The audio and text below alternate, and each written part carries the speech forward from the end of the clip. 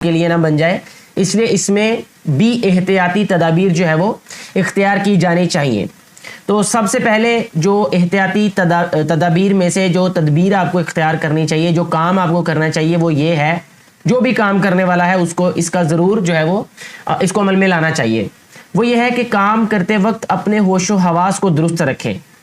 یہ والا جو ٹاپک ہے یا یہ جو بات ہے یہاں پہ یہ لکھنے کا مقصد صرف یہ ہے کہ اکثر یہ دیکھا گیا ہے کہ کام کرتے ہوئے دھیان نہیں ہوتا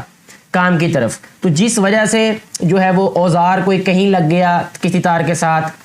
پیچ کس میں پیچ ڈھیلا رہ گیا، پیچ کس سے جو ہے پیچ ٹائٹ کرتے ہوئے پیچ ڈھیلا رہ گیا،